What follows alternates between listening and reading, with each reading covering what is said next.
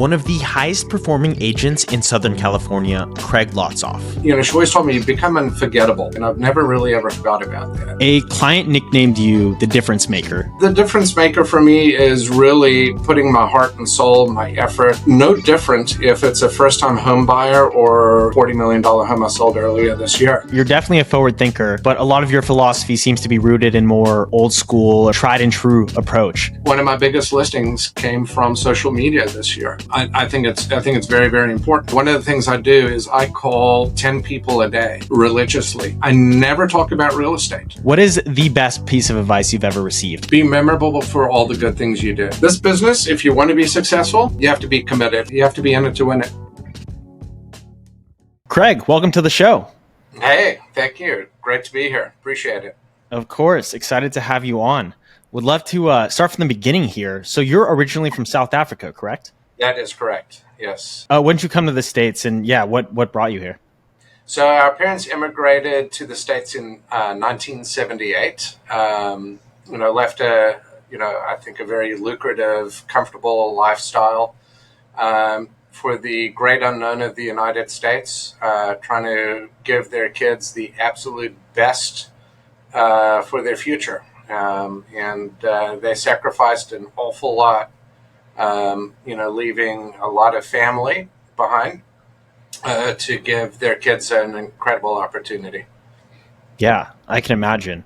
And your mom was also a top producing agent. It sounds like you kind of grew up immersed in that business, tagging along on showings and listing appointments from pretty young age. Did you know early on that's what you wanted to do, sort of follow in her footsteps, or did that passion develop later on? It was very early on. My mom left a lot of deep footprints, in my life, and early on, watching her work, and kind of seeing the passion that she brought to the business and the care she had for her clients, really kind of illustrated to me that this is kind of something that I love. She always told me, Craig, you aren't just selling a house; you're selling somebody's shelter.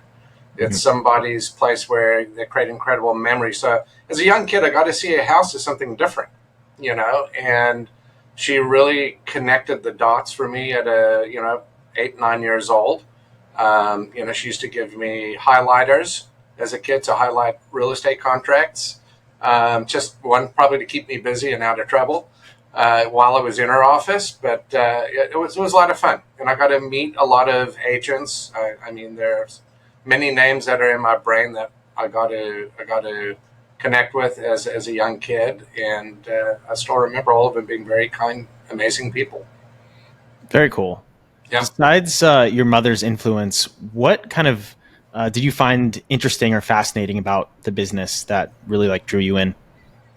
I think it's the challenge, right? It's a highly competitive field. And you kind of have to fight. It's the craziest business model in the world. You work for free, you spend an awful lot of money, and then maybe you get paid at the end.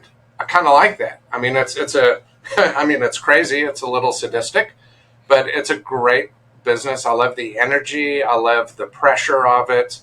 I love solving problems with transactions that come up. There's no such thing as ever a perfect transaction, but I try to get as close to that as perfect for my clients, Certainly. That's real estate agents are definitely the ultimate problem solvers. Yes. Like it or not. Yeah, exactly. Like it or not, you guys are quite good at it.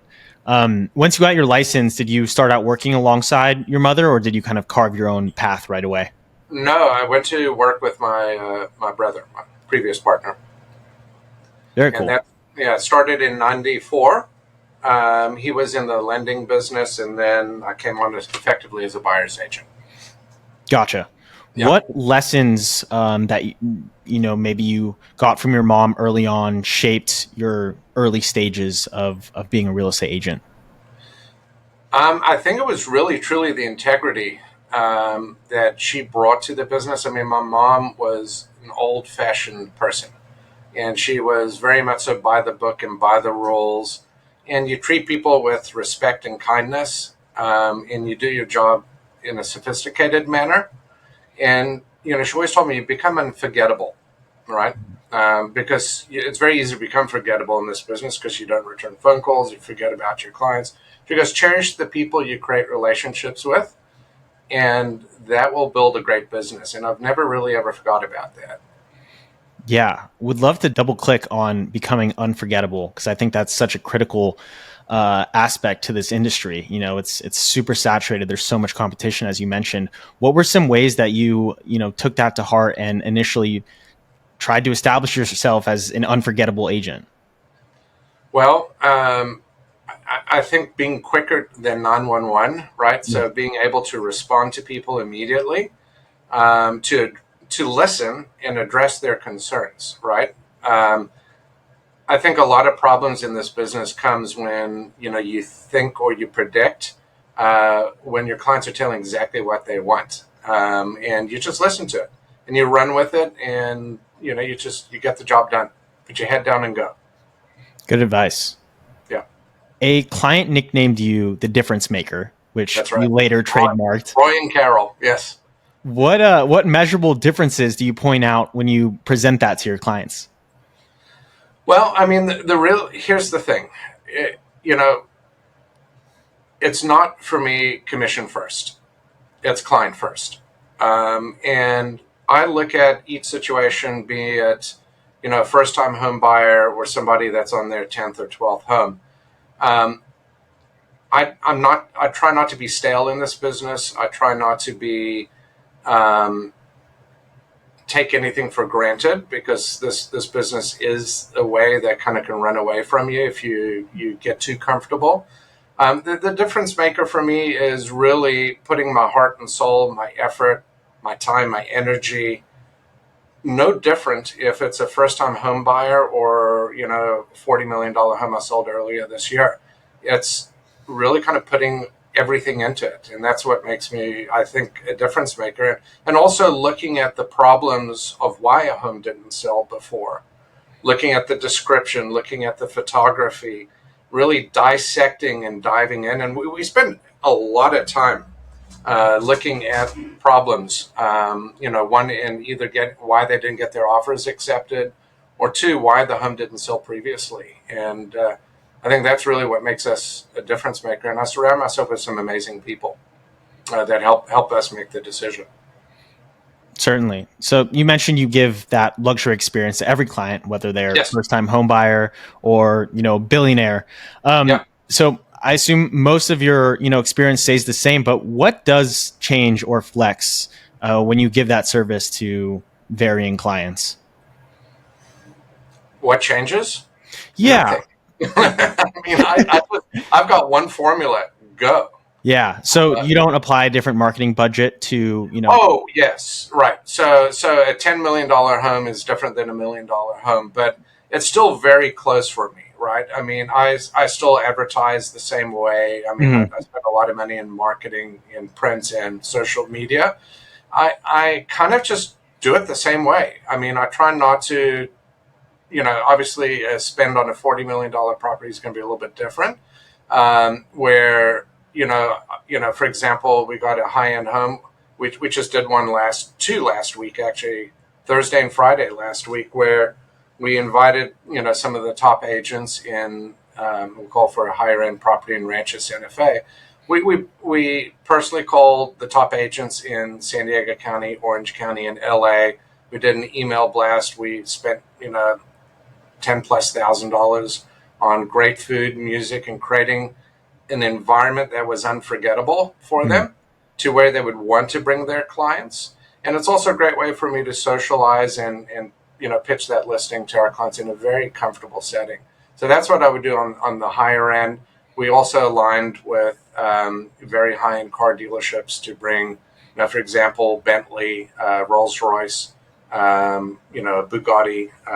Those are the kind of things that we'll bring into a very high piece of real estate. Very Um, cool. yeah, and then the traditional ones, we'll call them the lower side. I mean, we still apply a lot of the same metrics. I mean, I love cars. I have a car problem, so I often will bring my cars and park them, in the photo shoots, and to add a little sizzle to it. Yeah, definitely. What kind of cars do you have? So the newest one is a Bentley Mulsanne, which is I could talk hours on cars. I'm a I have car it. guy as well. I have my favorite ones here. So here we go. Bentley Mulsanne, Love it. um, hand built car, same engine, in production since 1959. I have a Mercedes Benz AMG GT Coupe, hand built car, and my sentimental car is a 1956 Ford Thunderbird. That was my dad's favorite car. Never got to own one, and when he passed, I made it a goal that I would get one, and I got a very rare one of 50 in the world. Wow, that's amazing. Yeah, Congratulations. yeah, thank you.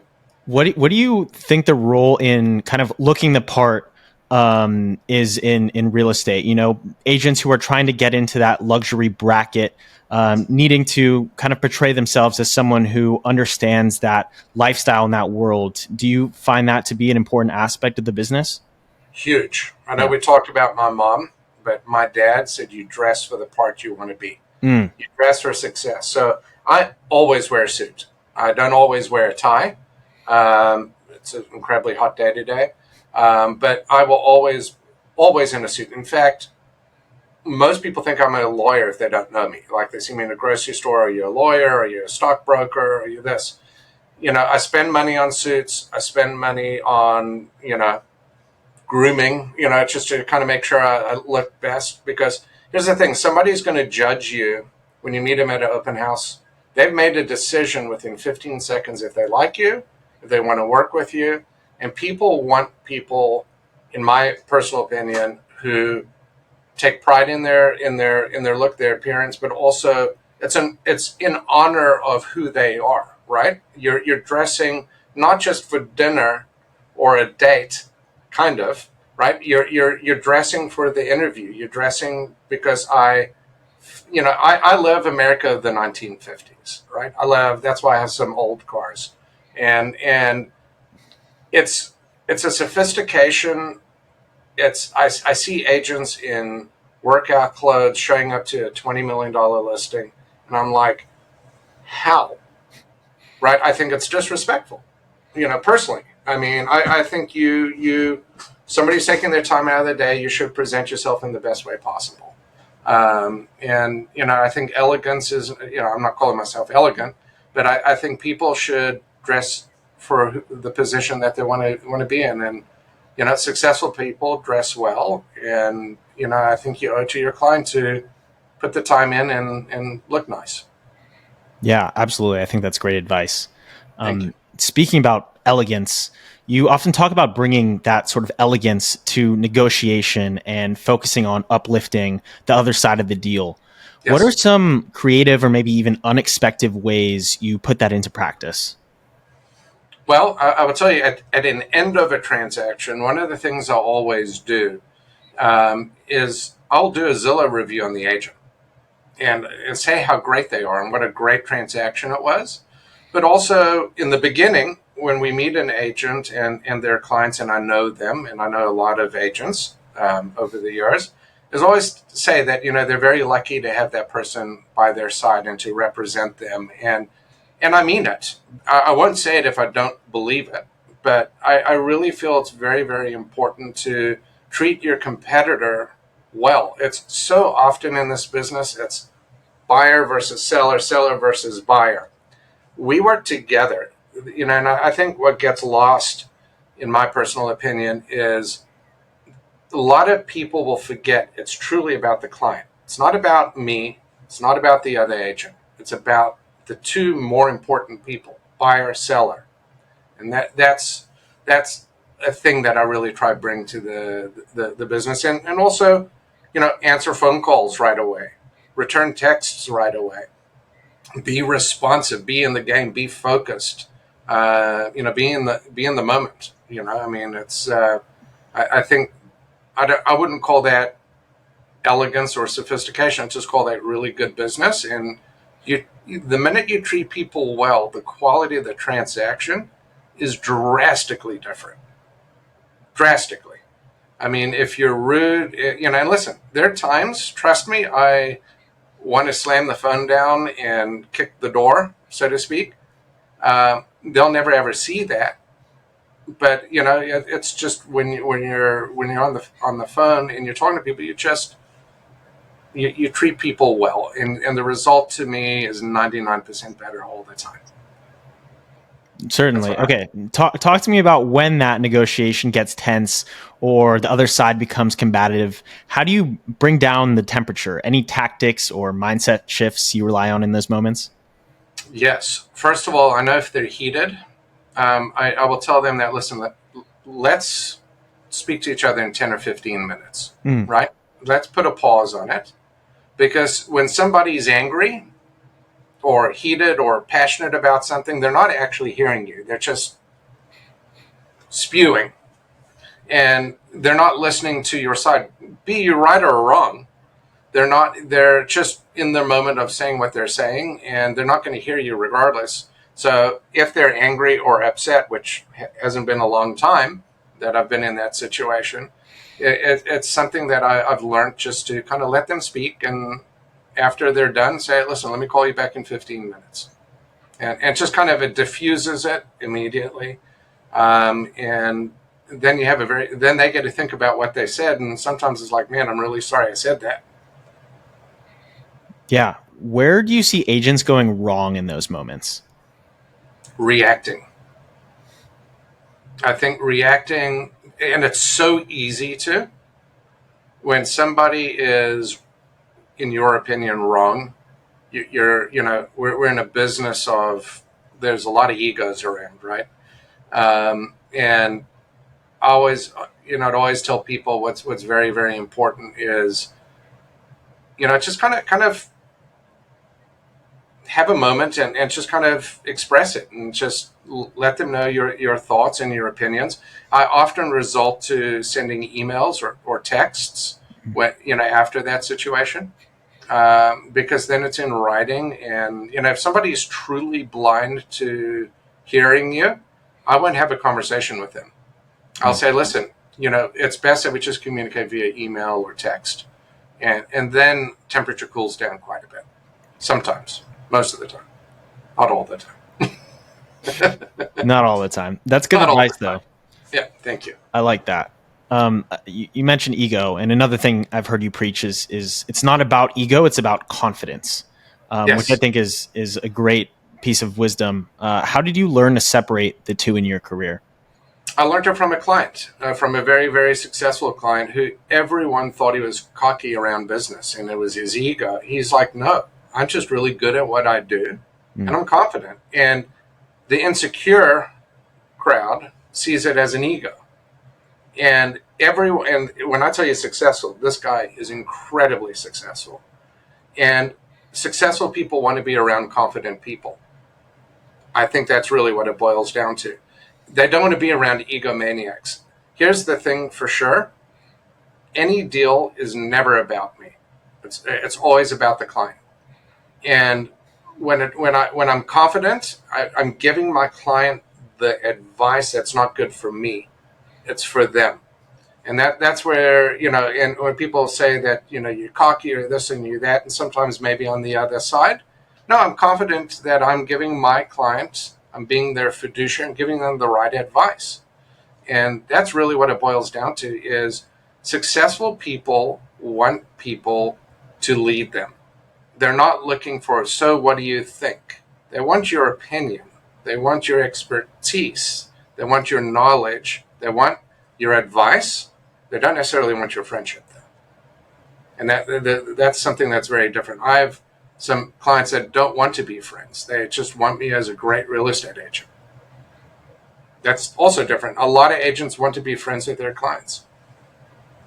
It's not always the case. Yeah, and that's not always an easy thing to navigate. How Yeah, how how do you navigate being friends with some of your clients? I leave it up to them. I don't. First of all, I like to be very genuine and honest. And if they see that as value, then they're going to invite me into their circle. Um, I'm real estate all the time. Most of the time, you could ask my wife. I'm always on. So people will often introduce me to their friends in settings that may be looking for business or looking for a house. I often brought in that environment, and that's where I grow my businesses from referrals. I mean, I think it was 94% referral this year. Wow. Yeah, and it just comes from relationships, treating people right. Yeah, definitely. That's a big number. Where else are you getting business these days? I guess that other 6%. So that's business by accident, right? Is what I call it. That's people that you don't know calling you to do business. So my background's in finance and marketing. Early on, what stuck with me is one of my marketing classes was Coca-Cola spends billions of dollars a year in marketing, and they have slightly over 50% of the market share. So I don't have billions to spend in marketing, right? So my marketing is going to be the experiences I give people, and that results into a good thing. Does that answer your question? Kind of. Yeah, no, Okay. it does. Would love to talk a little bit more about your marketing because I think you're definitely a forward thinker, but a lot of your philosophy seems to be rooted in more old school or maybe better said, tried and true approach. And I'm just curious, like, how has that shaped the way that you run your business? Well, again, it's calling people, staying in touch with them. I like to be the first person to call somebody on their birthday. Mm. Um, I think anniversaries are a lot of people insert themselves in saying happy anniversary to this or to that. I'm a birthday guy. I think that's a nice thing, and I like calling them. Usually what I say is, hey, I want to be the very first person to wish you happy birthday, and that usually means that I've called them the day before, right? And I use Facebook often. With most of my clients are on Facebook. It's very easy to manage because you get their birthdays that come up. Um, it's staying focused on, I'm not a trends kind of guy. Like you won't find me on TikTok. First of all, I don't think that's the audience that I'm, focusing on to sell houses. Not saying that there are plenty of agents that do. And I think I am starting something on TikTok with my social media person. I'm not that excited about it. But, Facebook is probably my biggest thing, and Instagram. Um, but I don't do it. I have a great person, Shannon, who does that for me and tries to make me available to different people that I wouldn't be available to. And that's part of that business by accident. I mean, one of my biggest listings came from social media this year. I think it's very, very important. But I think one of the things I do is I call 10 people a day religiously, and that's just to say hi and to connect. And I never talk about real estate. I talk about them and their family. And if they want to talk about real estate, they will. And often, I probably say 70% of the time, it's like, what do you think about the market? Oh, I have a friend looking, or maybe thinking of selling. One of the things that I learned early on, being so real estate focused in my day to day life, is people don't always want to talk about it. And I also think you're no longer genuine if you're always talking about it to them, because then they're like, oh God, I'm not going to pick up the phone. This guy's going to talk about wanting me to sell his house or this or that. I'm interested in people, and I think that's the connection is critical. Connecting with people, spending time, maybe grabbing a cup of coffee, going for a walk. Um, you know, I think those are the kind of things that are great. I went to a soccer game with a new neighbor client of mine, and those are great connections. And he's like, "Hey, I got some referrals for you." But we didn't talk. We talked about beer and how noisy the fan section was. It was great. It was good fun, and San Diego soccer as well. So it's good.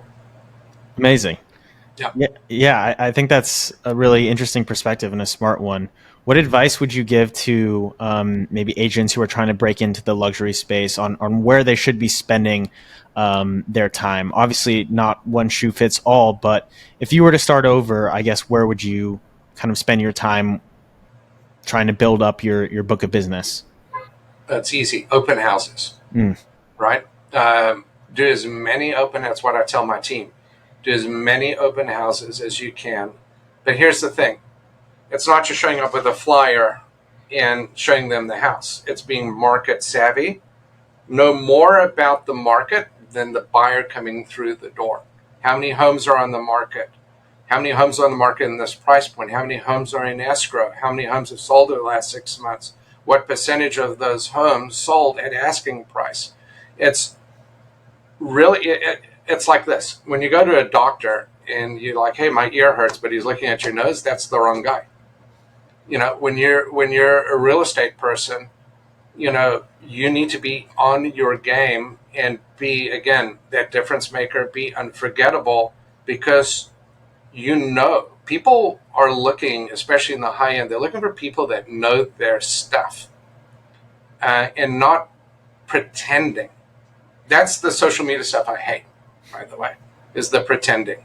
I really detest that, because all the real people, the real clients, see right through that, right? So that's my advice. Open house, open house, open house. I think it's a great way to do it. It's a great way to break into the market. Um, I think it's an easy way to get a warm lead. Great advice. Besides pretending on social media or some fads, what are some other like lead generation tactics in the real estate industry right now that you see agents oversubscribing to? AI, number one. Mhm. You can't, this business isn't about, I call it a robot, right? I mean, I use AI. I mean, I write listing descriptions, I do logos through AI, but there are a lot of people that do marketing, they do um, a lot of cold calling using artificial intelligence and voices. People know it's not a real thing, right? I mean, we're in the people business. So I think a lot of automation and some technology that's in this business is fatty. I don't. It's just, you got to roll up your damn sleeves and do your work. That's it. This is not a sissy business. This is, it'll eat you for lunch. I mean, listen, I've had great years, I've had bad years. Anyone in this business has had better years than and lower years, just because of the nature of the business we run. Um, but it comes down to my work ethic never changes. I mean, I'm in the office religiously at 8:30 every morning, unless I have an appointment, and I leave when I leave, which means I leave when my work's done. And sometimes it comes with some sacrifice with dinner with my wife and my son, which is that's the hardest part of this business for me, is really taking that time away from family, because that's a huge part of my life. But I do take one day off a week, by the way, and that's pure family time. And because this business demands 8 days a week, but you do have to, for your own wellness, have that shut off day, that day. And by the way, I don't pick up my phone. I'm not on the computer. My clients know early on Saturdays is Craig's day, and by the way, that's a busy real estate day. Um, but they all respect it, because they know they can get a hold of me. That's great. Yeah, I think you got to have some balance, at the very It's tough. least. That's the hardest part. There is no live work life balance. I heard some agents talking about they meditate and they do yoga. That wasn't that was them for optics. For the life of me, I don't believe a single word they said, because nobody does what they meditate. They write these books. Sound like a script to something. I mean, this business, if you want to be successful, you have to be committed, and you have to make a lot of sacrifices. I mean, a lot of sacrifices to be successful, and you have to be in it to win it. I mean, I focus on my competition to see how I could outplay them every single day. I look at their social media. I look at what, not like I'm trying to steal their business, but I'm seeing what they're doing. I'm watching. And I'm trying to make myself better and more competitive every single day. And my team, we talk about this every day on our team. Yeah, tell me a little bit about your team. What is it like being a team leader? What are some ways that you find help you best, lead your team to success? Well, I think first of all, be available to them, right? I think that's one of the most important things as a team lead, to not just have somebody on a team because they look a certain way, right? There's certain people that are going for optics.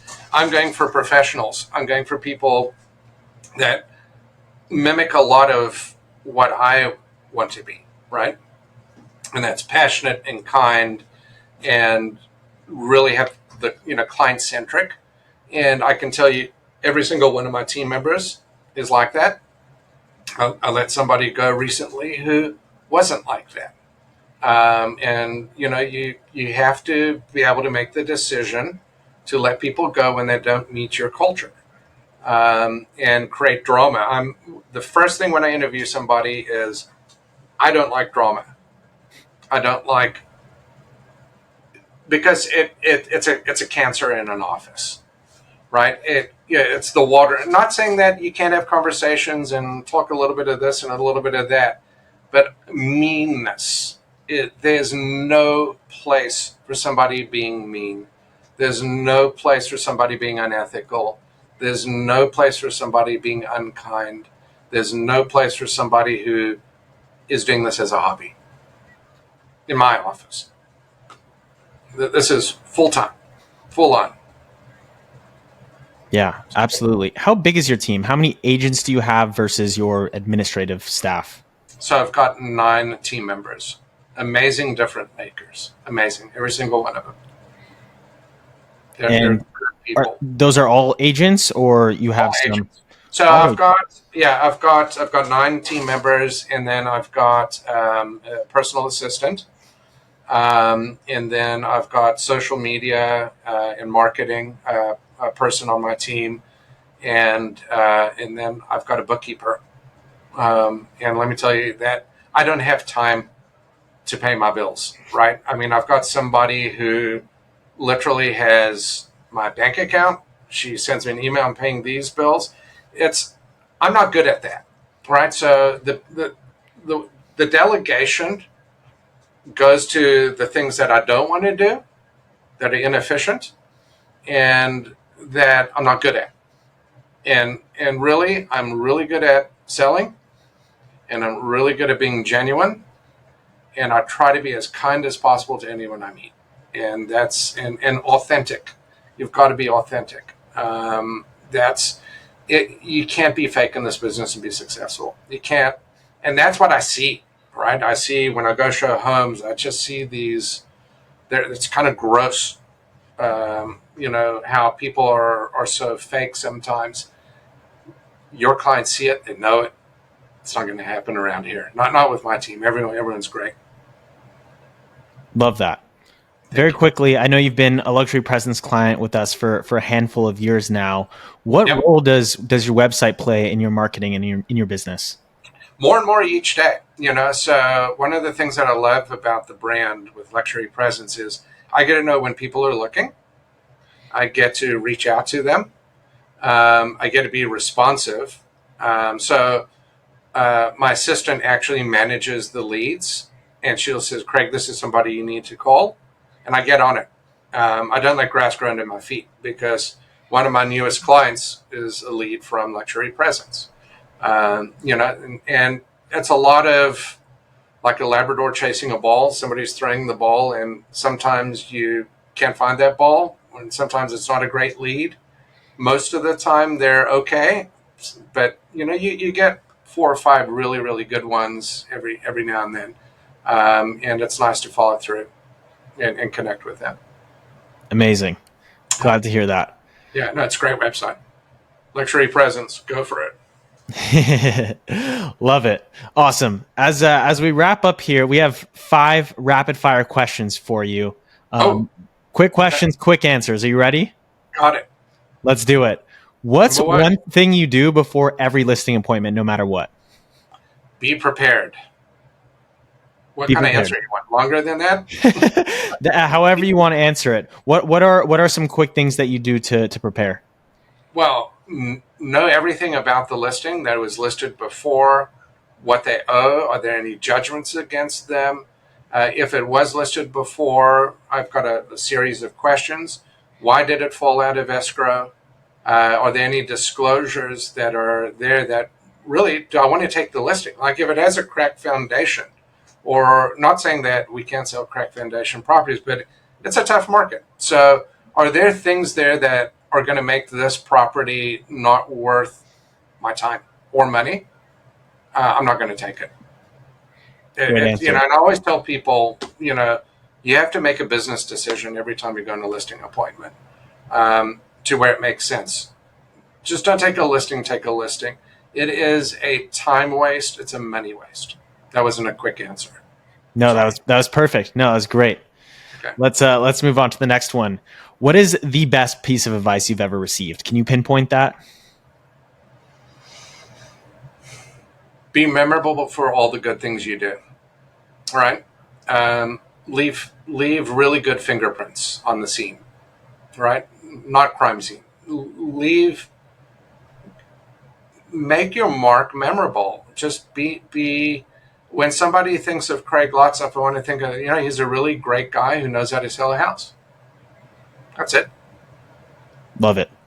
Yeah. What is the most memorable property you've ever sold? Very simple. It was a trailer home. It was nothing that I'd have ever done before. It was for a group of gentlemen that really tried to get together to help some homeless people off the streets. And it was a gentleman that really just had bad luck. And I get a little emotional about it because home's your shelter. Again, it's an incredible place about, you know, I mean, it's everything other than health, right? In relationships and in God and all of that stuff. But this poor guy couldn't get any luck. But this group of guys gave him a house and he's employed. Still to this day, he's thriving. He's trying to buy a condo. These are the kind of that to me was the essence of what I do is give somebody that something special. And boy, it was an important transaction for me. Forget about the big ones. This was a life-changing event for one person. And actually, to tell the truth, for everyone involved. It wasn't just for this guy. We got to see and benefit from the joy that this deal brought. That's very It was touching. amazing. It was That is amazing. amazing. Yeah. What is Sorry. one thing you wish every agent would stop doing? Say you're going to call somebody back and you don't. Right? Say that you're going to call them back in 5 minutes and you get a call back in 5 days. You know what that says? You're not important. That's it. I think that's, you know, respond to texts. I mean, I've got texts as we're here. As soon as we get off, I'm going to respond to people. You can't always be available, but I think you have to be respectful to the people you work with, and you just don't know what that, you know, just be available and kind and professional. Certainly. Yeah. All right, last one, Craig. What Okay. is your favorite part of the job that still gives you energy after 30 years in the industry? The unknown of each day. It gives me a lot of energy knowing that if I'm going to get an offer on a property, am I going to go show a house? Am I going to meet new people? It's the unpredictability of this business. So instead of being an adrenaline junkie for sports and things like that, I'm a business transactional junkie of the unknown. And I think that's what real estate is. It's unpredictable and it keeps me up at night. It puts me to sleep at night. it has all of that. And it's a damn cool business. and I'm lucky to be in it, and I'm lucky to really kind of help people out. I really am blessed. That is a great answer and a fantastic way to end this episode. Craig, thank you so much. It's been a true privilege. This was such a great episode. For those of you watching at home, I hope you enjoyed it as much as I did. Please like, comment, subscribe, all that good stuff. And we'll see you next time on the Luxury Presence Podcast.